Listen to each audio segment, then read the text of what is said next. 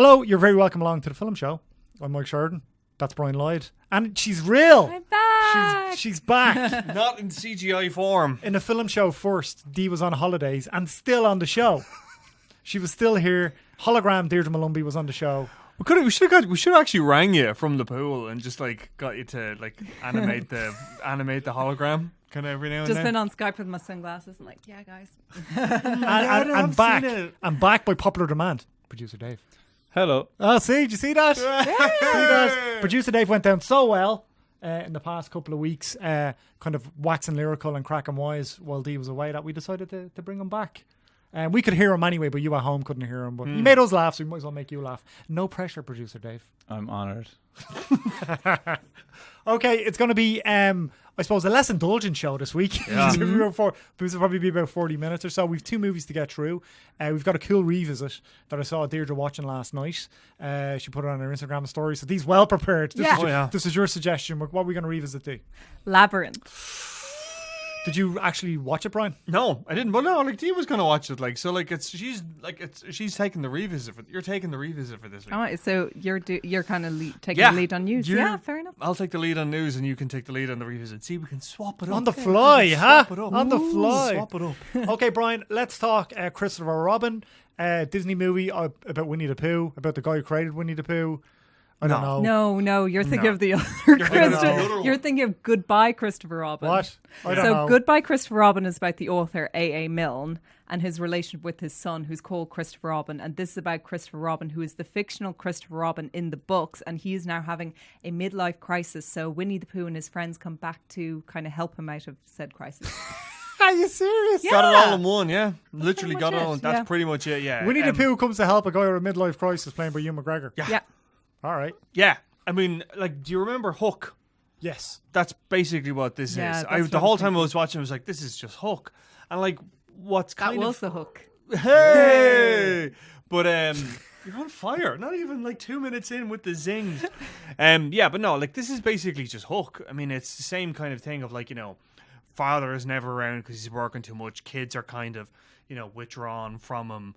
All that kind of stuff. Now, what I liked about Hook was the fact that I know not a lot of people liked Hook, but what I kind of thought was A lot cool. of people I like love that, it. I love Hook. No, it's kind of Yeah. it's maligned, I guess. Yeah. But was the fact that Dustin Hoffman playing Hook was the best thing about it. He was incredible. Like it was this really outsized, over the top performance that kind of took what was essentially a kind of bland kind of story, a very well worn one, and gave it. He chewed the scenery. Exactly. He really chewed the scenery. Exactly. Yeah. There's none of that in this. It's very just like even keel, nothing really much going on. Even when like, you know, Ewan McGregor starts to kind of cut loose a bit and, you know, goes back to the 100-acre wood and starts to reconnect with Piglet and Kanga and all those people. He's still very stiff and he's still very stilted, you know, that kind of way. And like, that's the whole kind of central conceit of it, that like Christopher Robin has grown up and become this very kind of boring, straight-laced accountant type person who, you know, doesn't know how to have fun anymore. And, you know, there's nothing for him to bounce off. Even like Winnie the Pooh when he's in it. I mean, he has a few lines in it and he gets a few laughs, but, you know, Winnie the Pooh is meant to be this sort of whimsical creature that kind of bounces around the screen and he's very, very funny. And he's not. He's just kind of like lumbers around a bit and... Yeah, I like Winnie the Pooh is depressed. Yeah, that's it. Yeah, like and like you've got Eeyore, and Eeyore is supposed to be the depressed one, and like, you know, he has some of the best lines in it.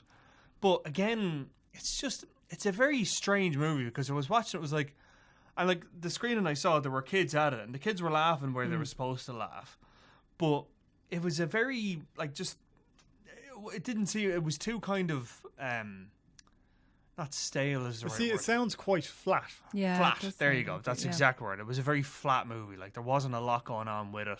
And when it kind of ended, it was like, okay, that was grand, but like, who's this for? Because a lot of the Well, themes... that was a major issue, I think, with Hook, was that you didn't know what audience it was for, because here you have essentially like a middle-aged Peter Pan, all grown up and who's become cynical and stuff, which the adults would relate to, but then he's going back to Neverland and rediscovering like his child and everything, but then it gets quite dark, you know, with Hook coming into it and everything, you know, it's kind of a creepy, you know. And that he steals his They're kids, weird you know? worlds to meld. They're strange worlds Yeah. to meld. And when you say midlife crisis, and Winnie the Pooh. I'm like, how is this? Yeah. You're our kind of Disney aficionado, Dee. Yeah. I suppose out of three of us. So did you enjoy it more than Brian? Oh, I haven't seen it yet. Oh, okay. But I was really interested to see it until everything Brian said there, because now I'm kind of thinking, yeah, I don't know how it would kind of work. I mean, I was watching the trailers for it and stuff, and to be honest, the main kind of cynicism I felt watching it was just seeing a live action version of these characters that we've known for years and years and years in 2D.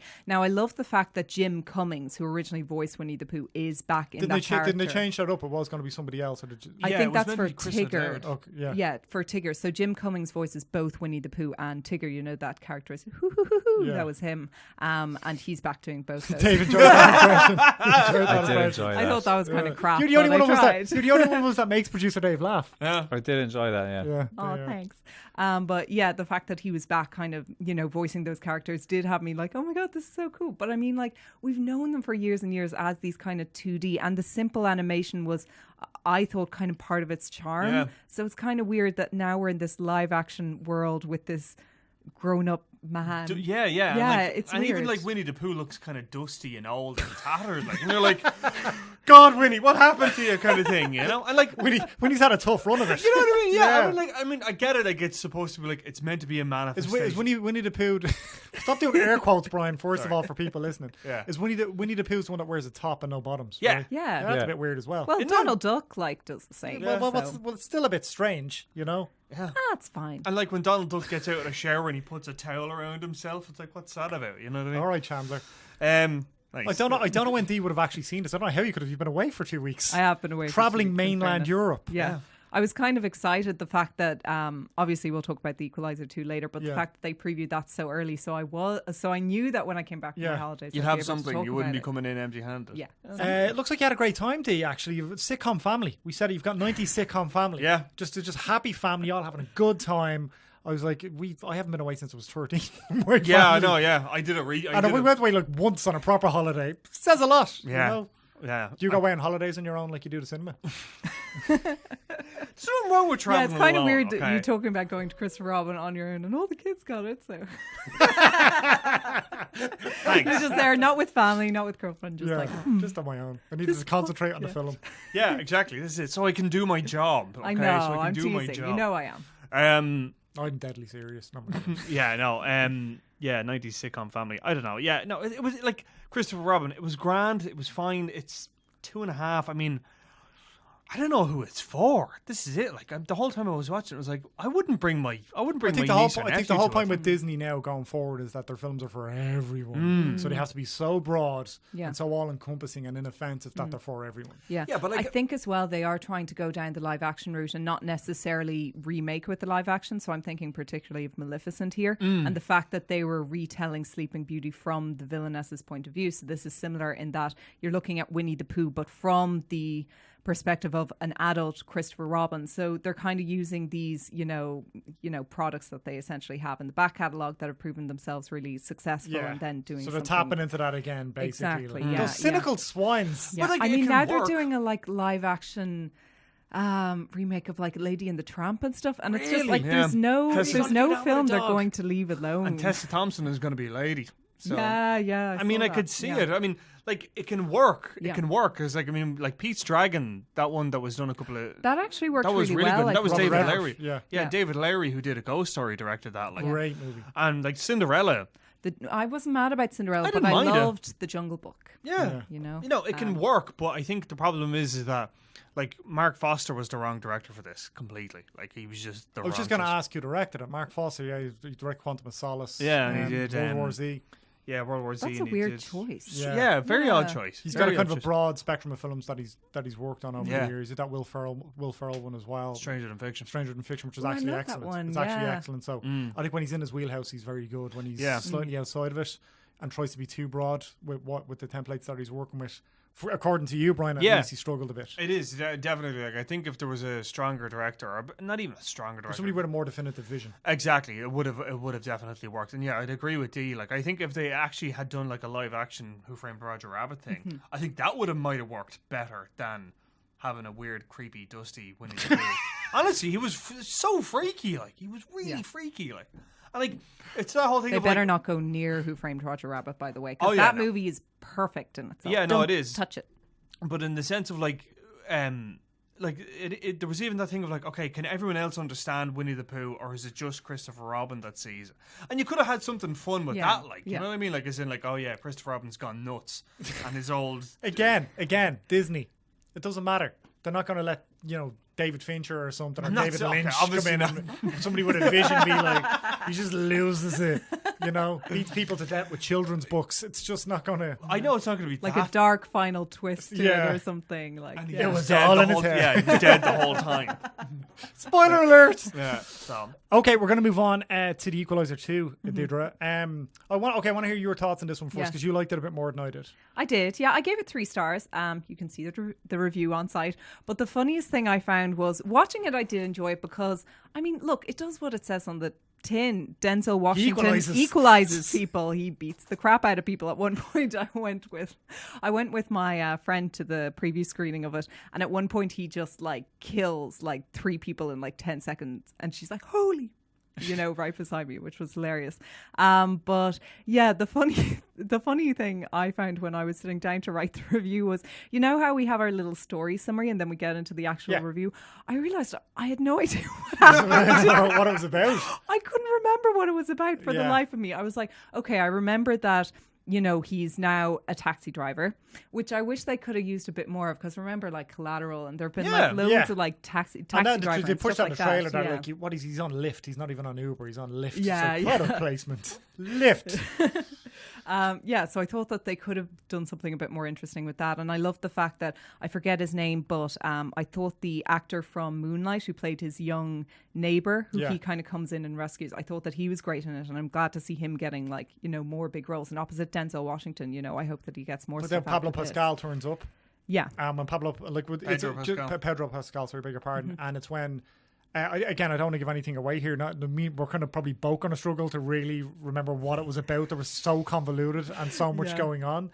But when you have an actor or an actress in any movie of a certain semblance of note, like somebody who's they're kind of famous, and they come in and it seems to be a very small role, you're like, that doesn't really and then it becomes clearer throughout. So that was a total red herring for me. Yeah. I didn't think the action was that great. I thought Antoine Fuqua was phoning it in. I think there's a very specific way of doing those hand-to-hand combat scenes now. Brian, I think you spoke about it a couple of weeks ago when you were saying those heavy cuts just aren't the way to go anymore. It's like what they were doing for Liam Neeson in Taken 3, where it was like 20 cuts for him just. Yeah, he's old as shit. So that's it. And like Denzel Washington is not a young man, like so. Like they obviously have to cut around it in order to make it seem that he's actually doing something. Yeah. It's sort of like, and then like the guy is on the ground, and you don't know how he got. To use that mechanic D in the film of Denzel Washington timing it to kind of underline the fact that this is going to be super quick. Yeah, that's kind of like his like little like niche is the. Doing it on the stop. I'm going to murder 9 people and see how long it takes. Okay, 15 seconds. Okay, we're buying it, Denzel Washington, because you're Denzel Washington and you can do whatever you want. But other than that, I felt the whole thing.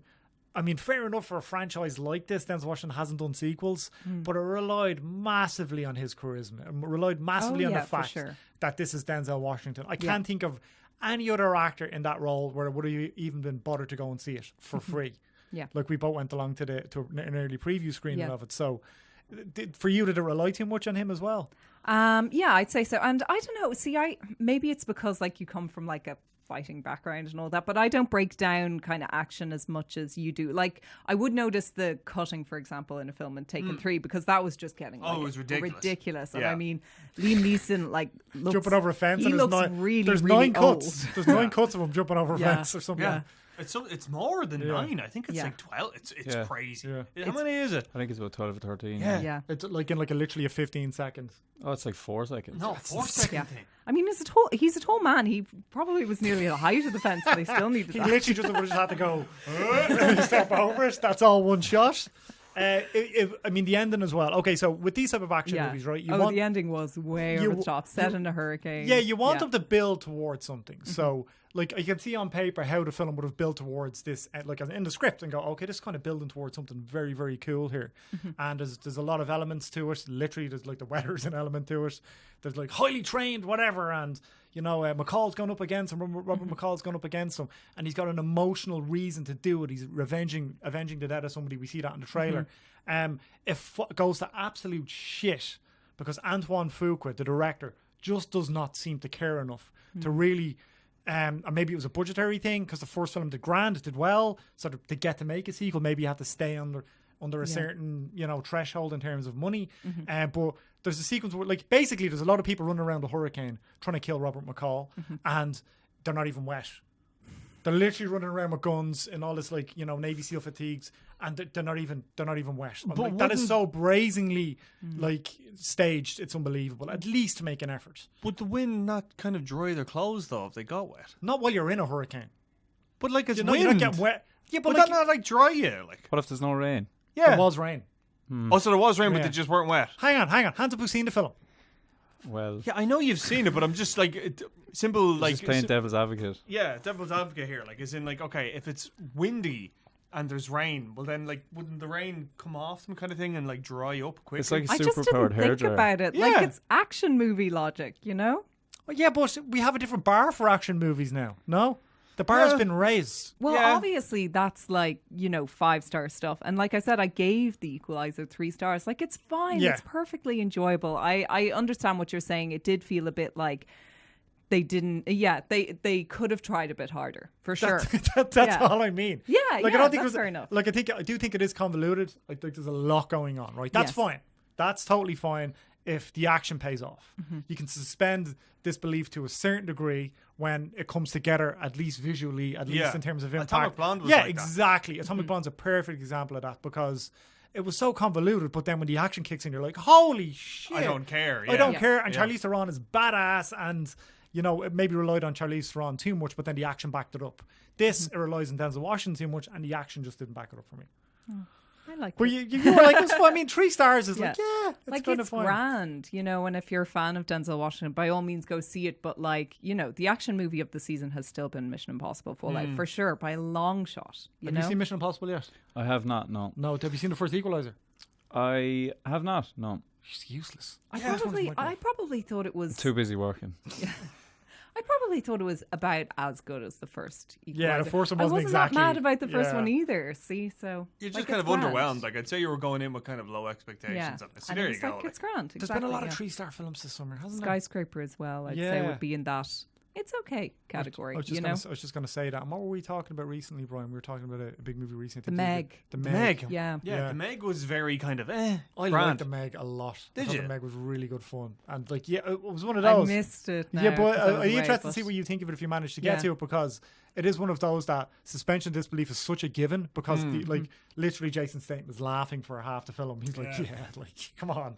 And the fact that it's done so well. Yeah. It made twice as much as they thought it was going to make in its opening weekend. 44.6 or something. Pure Oh, fair play, escapism, yeah. and like the issue that myself and Brian had with it was it's a 12, so there's not enough violence. Yeah, basically, you can't get too freaky with it. Yeah. but it's Yeah. still fun. Yeah. It really is still fun, and that's those type of singular experiences where you can there'll probably be a sequel now at this point as well because it's making money, and it really alludes to one. But those type of singular blockbuster experiences are fine, they're grand. And like the same with Skyscrapers, you thought, yeah, it's fun. Yeah, you watch It's it. grand, And yeah. it's an airplane movie, total airplane movie, where you just watch it and you're like, okay, that's grand, and then I'll never think about it ever again. You know, that's fine. Like, And would you hadn't seen the Equalizer 2, Brian? What did you think of the first one?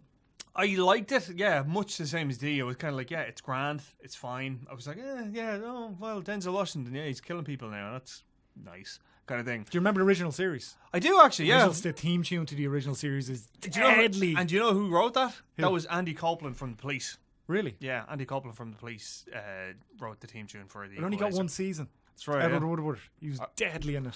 He was the owl lad in Hot Fuzz, Yeah. and he was in The Wicker Man as well. Yeah. He was really good. Yeah, really good. Passed away there a few years ago. That's He was right, yeah. great. But that theme tune to the Equalizer and Stuart Copeland. Sorry, Stuart Copeland. Stuart Copeland. Yeah, from I The thought you Police. said like Louis Copeland. Like, he makes suits, I think.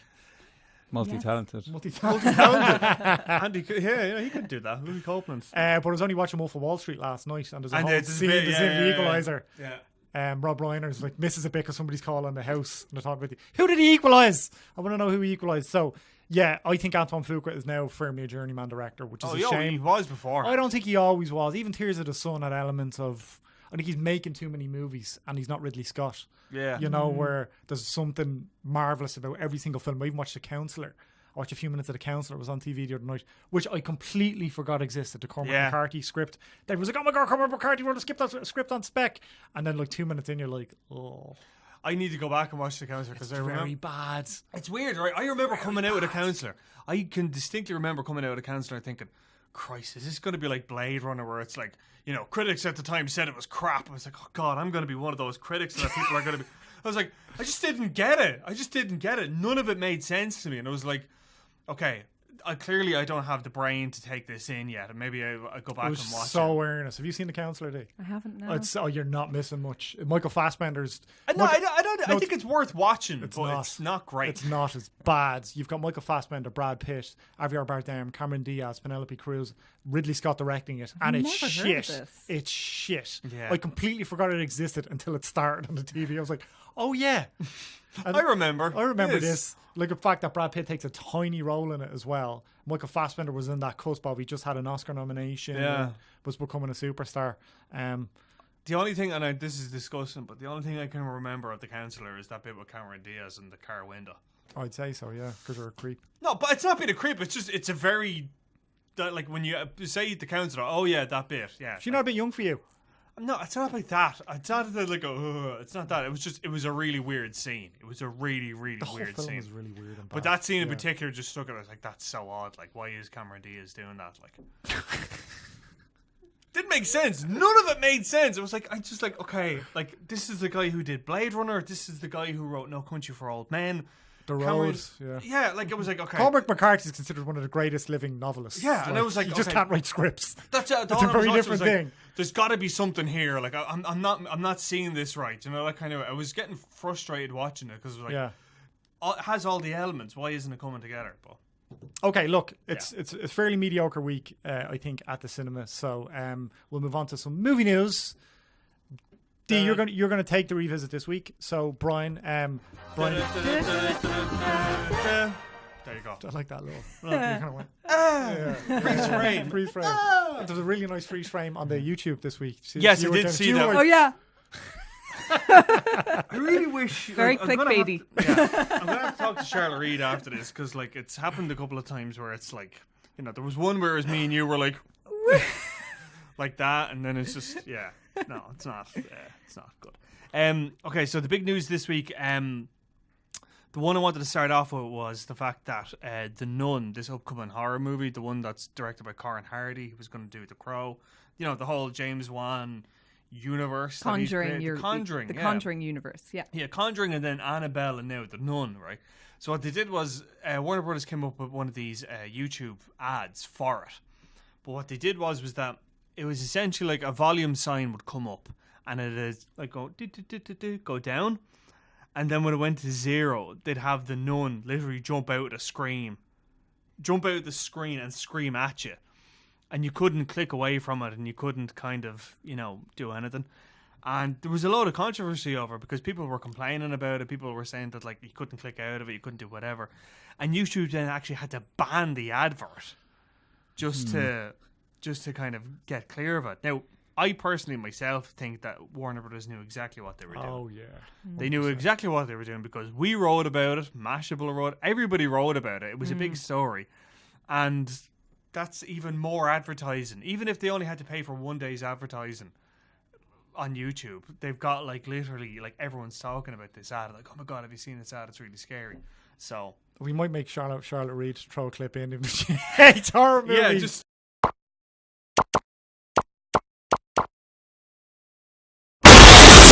Yeah, I mean, it's a clever idea, I guess. I don't know about the movie, though. I'm not really looking forward to it. The only one I've seen out of that whole universe is Annabelle Creation, which is the one that was out last year.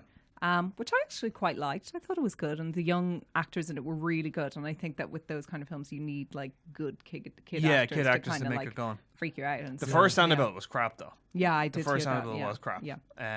But Yeah, I don't know. I guess we'll see if it actually kind of lives up to The any Conjuring of the hype. movies are good fun. Represent. Patrick Wilson. Paddy Wilson. Our Wilson. pal Patrick Wilson. Yeah. See you at the premiere, Paddy. Got that invite. Did you get an invite? Yeah. Did you not get an invite to the premiere? No. Oh golly. Awkward. This I'm is only awkward. joking. I'm only joking. He says it in the he says it in the thing. He He's said like, it in the thing. Maybe you guys could come to the premiere, which I'm taking as we get dressed up to the nines. We producer Dave just walk behind us with some headphones on, and we go to the premiere and be like, Patrick Wilson invited us. Here's a voicemail he left us. I can't wait to dress up for this. Are we really going to do this? Yeah, why not? This can't Think? possibly go wrong. It'll be like Ocean's 4. I just want Boom, baby. to see you like a tux with headphones, with those white headphones on. I feel like I could look like a DJ if I Yeah. did that. I carry a box of records. I used to get into clubs in the States by doing that. Did you? Wow. Yeah. Doing what? I used to carry a empty flight case and headphones around my neck, and I used to just stroll in. Really? That's Yeah. amazing. And I used to just put it into the cloakroom then. Well, when you were on the J1 or something like On that? the J1, yeah. Many moons ago. So smart. Was it ever questioned why you were carrying around an empty case? Well, I never let anybody hold it. But you had I to put just it into think- the cloakroom. Yeah, but should they be like, oh, this man is just checking in his Flight case. fancy briefcase? Could have had files in That's it. clever. You're gonna just get people doing that now and like over the weekend in Club M or something like. Like anyone's going to be walking queuing outside Club M to get in. Like, come on now. Like, I don't know. Don't know where do the kids go nowadays? Workman's. Workman's. That's people that look like you. Yeah, it's a real hipster. Yeah, it's a real hipster. Like. All right. Yeah. I don't go. I haven't gone out in years. That okay? shirt's quite lowly buttoned as well, Brian. All right. That's a bit. It's very bit revealing. provocative. Very provocative. Right, It's a sorry, bit- okay. it's a bit, Buttoning yeah. up now. Yeah. Sorry. Like, We it's wouldn't just want 'cause the way YouTube it to ban hangs. us. Like, it hangs loose. The still on YouTube. This week could be like Brian and he'd be like hanging out. But it hangs. It just hangs loose. Move it on, all right? Then we'd get banned by YouTube. And everyone would talk about us. We got taken out from YouTube because of Brian Lloyd's nipple. You can't see anything. Like, okay, you could just see it because you're looking right. It's inferred. Anyways, so the other story that we have for movie news is Laura Dern is Yes. joining Little Women. And this is the Little Women that's been directed by Greta Gerwig and has a brilliant cast. Like, it has Emma Stone, Saoirse Ronan, Saoirse Ronan, Timothy Meryl Streep. Chalamet. Yeah. Timothy Chalamet, And the actress from Lady Macbeth, who I forget the name of. Charlotte Pugh. Boo. Pugh. P-U-G-H. Yes, that sounds right. Pew? Pugh? Pew? Pugh? I'm going by footballers. Okay, yeah, so what would you say then? I call it Pew. Pew. As in, like, pew as in, like, a church pew. Like Danny Like she Pew. did during used The to Last play on Jedi the with her Man little United. pew gun. Okay, I think he went down to Stoke City. right. Yeah. So let's say pew then. Oh my gosh, actually, yeah, I don't know if I think it was 2 weeks ago in that film show. The amount of all sports, like you could tell it was an all lads podcast because you were just talking about sports. That's a bit I was like, sexist. sorry. I don't know nothing about sports. It wasn't me doing it. It was the pair of them. Like. Yeah, Yeah, that's you were true. like Chandler again in that episode of Friends where he was like pretending to watch the game. Or like Comes in at Thanksgiving, he's like, yeah, I really don't care. or the guys in the IT crowd. Oh look, he kicked the ball again. Yeah, did you see it at display last night? That's a Ludicrous cracking cast. display. Yeah, it is a cracking cast, and like you know right well, it's going to do gangbusters at the Oscars. Like, because I mean, it just Yeah. by sheer virtue of it's Greta Gerwig, it's a well-loved property, the cast that's involved with it, and everything else. So So there's going to be a decent budget here, so it's going to be... I think so. Yeah. That's going to be interesting to see how they... Because it's a prestige film, and they don't generally Yeah. have huge budgets, but they've got a big cast, so I'm assuming, Meryl Streep doesn't work for pittance. yeah. As do the rest of the cast. And like it'll have to go a long Or way don't to go kind to of that, yeah. But it'll have to go a long way to kind of knock the Ang Lee one without a writer, because that one was kind of like the definitive, adaptation. of But Little they Women. might be doing a modern retelling of it. Is that what they're doing? That's well, interesting. Well, there's- because they're there's saying another it's one. I can't remember if it was reimagining was the word they used, but it's something like it's Gerwig's interpretation, so it could be like a modern day See, setting. that's interesting. Yeah. Just doing another straight adaptation of it's like... Yeah, it's no been interest done. in that. Yeah. It's been done to me. And like you said, Ang Lee did a really good version of it with Winona Ryder. Yeah. There's been a bunch of TV versions, bunch of TV adaptations. There was one on the BBC, I think, Yeah. about 10 years ago as well. So it's just been done so many times. And it's interesting to see what Greta Gerwig will bring to that universe, because Yeah. she's obviously adapting something as opposed to writing something that was almost semi-autobiographical. I think she is writing it as well. Yeah. Actually, yeah. But she will have had to have adapted it from whatever source material. So they're not her characters. is No. Yeah, basically- yeah, is of course, basically of what it is. course, yeah. Briefly, before we move on to the revisit, What do we think of this Idris Elba Bond stuff? Oh my God, I am sick to my back teeth talking about this. Right. He is not going... Sorry, okay, right. Let's just... Sorry, I know I kind of hijacked it here. Sorry. Idris Elba is not going to be Bond. Forget about it, okay? It's not going to happen. He's too old. He is too old. I hate saying that. He's too old. He's 46. He's over the hill for Bond. Jesus Christ. Right? I'd agree. Thank you. Over the hill. He can't do it. Daniel Craig is 50 and he's cribbing about it every time he has to put on the tuxedo, okay? He can't, like... The role of Bond is that physically taxing. Like, I mean, Daniel Craig had to get both his knees operated on after doing... and he was 35, I think, or 34 when he signed up for Casino Royale. And all we're hearing is they want a younger Bond to kind of to lead revitalise it. Well, for the next 15 years or whatever it is. Yeah, and like, don't get me wrong. I think could there be a black Bond? Absolutely. I think absolutely they could definitely do that. I think if they could find the actor who can do that, who has the talent and has the ability to do it. There's plenty. I don't think that's the issue at all. I think Idris Elba is having a bit of crack with it. Of course he is. So he tweeted like Idris Elba. Yeah, and everybody's like, it's a slow news day, so let's jump on this. No, definitely. Yeah. Like, that was exactly what it was. It was a Sunday. I was on. I didn't get the hype around Idris Elba until I watched Luther and binge watched Luther. And I'm like, he is deadly. He's so cool in that show. Yeah. I'm like, whatever. Yeah, I would love. He would have been perfect for James Bond. 10 years ago, would have been the guy. Even 5 years ago, I think. But I think what Barbara Broccoli had to broccoli. Yeah. Broccoli. No, broccoli. Broccoli doesn't sound right. It just sounds like a vegetable. But that's how it's spelled. All right. What she had said, I think, in a conversation with who had broken into something. Antoine Fuqua. Antoine Fuqua. Ruined everything, Antoine Fuqua. And then it turned out to be, and then Antoine Fuqua then published, like Daily Star wrote this thing saying, "Oh yeah, we talked to Antoine Fuqua, and he said that Barbara Broccoli told him that they were the door was open for Idris Elba to play Bond and all this kind of thing." And then Antoine Fuqua's rep told THR he never said that. This is all made up. So like the whole story was made up from day one. Like, yeah, and then Idris Elba, there's like PR things going on there. Yeah, I'd say what Barbara Broccoli might have said was, okay, look at the brass tacks of it and think about how cynical Hollywood is. Yeah, Black Panther is one of the biggest grossing movies ever. Will get nominated for a heap of Oscars, I would say, this year as well, especially with that popular film category, but will definitely be in the mix for I think Best Picture as well. It's just been too well received. It's made too much money and it's been too universally liked not to be. Yeah. I think you're going to see something similar there that with what you saw with Wonder Woman, where you had a female protagonist in an action role and it was like, oh, that made money. People like this. And then Hollywood just runs with it. So 100% you could see a Michael B. Jordan. Calm down, D. Took a second. Oh, wow. To see Michael B. Jordan. I could see she actually didn't at all. Oh, he wouldn't be Bond. I know, but he's like, you know what I mean? Like he's got he's American. But he's got the demeanor. He's well put together. He would look deadly in a tux. Yeah. You know, these are elements of what. I think he looks better topless. But fair point. You could say the same for Daniel Craig as well. To be fair, like, you know, Bond has to be in great shape now as well. I think he has to be very modern. And they have to evolve. The character's going to have to evolve somewhat, and that would involve like having a Bond of any ethnicity, like shouldn't be a conversation, but alas, it is a conversation. I think when you finally have, a James Bond of color, it will cease to be a conversation and just be a thing going forward, and it could be whoever or whatever. But yeah, it's very silly. Like the whole. Yeah. The new, I think it was just a slow news week. He was on. It was slow news then. It was a really. But I tweeted it out when I found out. I knew it was a rumor. I knew it was just a rumor. But I was kind of excited at the news of Idris Elba. I think that he could have been. But I do take in mind like what you're saying about age-wise. I think that is the main thing working against him. But I mean, like, he's such a great, talented actor, and he hasn't really had any luck when it comes to franchises, and I think he absolutely deserves one because I think he's a phenomenal actor. He's really charismatic and everything, you know, he's really talented, and that he deserves it. And you know, we were talking about, remember the Dark Tower, was it last year or a couple of years ago, and how that pretty much just caved in on itself and just wasn't a good film at all. I think he needs quite a gruff character, just because of his age now and because of how good he is at playing John Luther.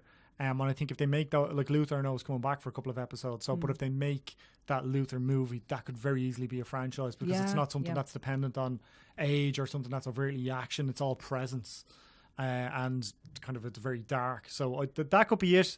I'm sure there's plenty of great roles for Idris Elba coming up. I don't think James Bond will be one of them. No, definitely not. I mean, like, he's going to be in the Hobbs and Shaw thing. Like, that would be pretty cool. What's Hobbs and Shaw? The That's Fast and Furious spin-off. Fast and yeah. Furious spin-off. He's going to be the villain in that. Like, I so mean, he that'll- was the villain in Is that what it's The called? Lion King. Hobbs Yeah. and Shaw, yeah. It sounds like a My kind of word. It sounds like, Jeeves and Wooster. It sounds like a cream and like cracker brand. it does, doesn't it? Yeah, it sounds like a buddy movie. I'll watch it. There you go. It's like something your mad watching, like your granny would watch on ITV after, like in between episodes of like Poirot and Midsummer Jeeves and- Murders. Yeah, Midsummer Murders, Hobbs and Shaw. Yeah. Hobbs and My Shaw. ma loves Midsummer Murders. She used to watch it all the time. My Yeah. parents That's, love it, I tell yeah. you what, that village is like there's a lot of people. Oh, there's a serial killer. there's It's like there's a serial killer who's framing all of these people. it's like Murder She Wrote, like Cabot Cave, like or Cabot Cove, whatever the name of the place is in Murder She Wrote. Angela Lansbury going around solving murders left, right, and centre. Or murdering people. Yeah. I think this is it. She has a bloodlust and she's like expertly using her, crime writing skills to cover her tracks. I feel like she should never have been involved. in Angela those. Lansbury. She was a crime writer. Like, I Yeah. mean, It's like the staircase. John Grisham isn't going to solve any cases. It's like your man in the staircase. Isn't Why? it? Why was the police chief always coming to her? Yeah, that's true. True. Like the guy in the staircase who's a crime writer, and like as that show bleeds out, through episodes, you're like, oh, we wrote about murdering people. What are you? Kind of That's seems like too Basic obvious. Instinct. Kind of seems too obvious. It's like Basic Instinct, like that whole thing with like Catherine Trammell. Trammell. Yeah, Catherine Trammell. Yeah, and she was like writing about the people that she killed, but then it was like I'd have to be pretty stupid to write about my book that I killed somebody with an ice pick, and it's like, come on, She did though. she did, she Did that. totally did. Okay, let's move on to the revisit, Deirdre. Something much more family friendly than Basic Instinct. Yeah. Although I don't know, like I mean, like you look at like David Bowie's tight pants. How did I know, Brian, that was the Come first on. thing that you were going to bring up in Like, relation to this movie? To be fair, he brought it up the first time, if you know what I'm saying. You see what I'm doing there? See what I did there? Dave, do you see what I did there? I don't. Oh He wait. brought it up the first time. I'm just saying. Just You saying. didn't bring anything up. It was all neatly packaged in. But like Can I again. just say rest in peace, David Bowie? Oh yeah, listen. But like I mean, don't get me wrong. It's a great movie and he's brilliant in it. I remember watching Labyrinth when I was really young and being really taken by it. What? I felt like you were like gonna You judge me. just talked about David Bowie's dick for like 5 minutes. Yeah, but it was Jennifer And then Connelly though. Jennifer Connelly Okay. was really kind of. I knew yeah. there was a creepy element to it Of somewhere. course there was. Okay, It's Dee, me. you watched this last night. How well does Yeah. it age? Oh, really well. Because Is it of its time? Well, I think that it's like, because it's a fantasy and everything, I think that always helps it. And additionally, what I would add, and we've talked about this on the show before, is the number of practical effects in it as well really help it age quite well. I mean, obviously you can tell like when it's green screen and you can totally see the You can't strings, tell with green screen. What are you talking about? Let me move this poster. Shut up. Click that like. Yeah, but it is, I don't know, I was watching it and like I find that there's something more and more you can get from it every time you watch it. Like I was watching it and I was thinking like, I find that a lot of, well, obviously it meant a lot to you as well, but I know a lot of like girlfriends of mine who absolutely love it, and it does make sense because I mean you are primarily following Jennifer Connelly's character, and it's interesting the kind of journey that she goes through, and that she's this totally like spoiled brat of a child. Like she goes out all day and then she comes home and her parents just want her to babysit, and she's like, I've been in all day, and she hasn't. She's been off like playing games and fantasy and stuff. Yeah. Like it's so ridiculous. You're watching this and you're like, you're such a brat, but as a young girl you're like, yeah, so true. I can Parents relate. are the worst, all of this stuff. And then she kind of goes through this transition and this journey, and at the end, and I love that scene where she's in the trash land and she finds her room in the trash land and she's like, oh, it was all a dream, but then she looks outside and it was all trash. So it's like very symbolic, all her room and all her like fantastical books and toys and stuff, it is just trash. All that really matters is family, her brother, and then at the end she's like putting all her things away, but then the creatures come to visit her one last time and she realizes that imagination is important, and it's just amazing and feel good. And sorry, I'll keep going. You're on a roll, so I am just on keep a roll. at it. Also, David Bowie is incredible. I cannot imagine anyone else as the Goblin King, and the music that he writes for this Magic film. Dance. Magic Dance is Yeah. amazing. As the world falls down, within you, underground. Chilly Down with the Fire is. See, I know the words to every song in this film. It's just so joyous and musical and fun, and all the like puppet designs and everything are so cool and so unique. Like, I don't think a lot of people will feel the same as me, but for me, this film is The Princess Bride. Like, it is my childhood fantasy movie. I think a lot of people there is, and there's Never Ending Story was another one too. Yeah, Never Ending Story. Yeah. The giant dog, and he's flying across the he's flying across Falcor. It's I think the main thing probably working against it for contemporary viewers is that they watch it and it's like this adult creepy. man and this child basically.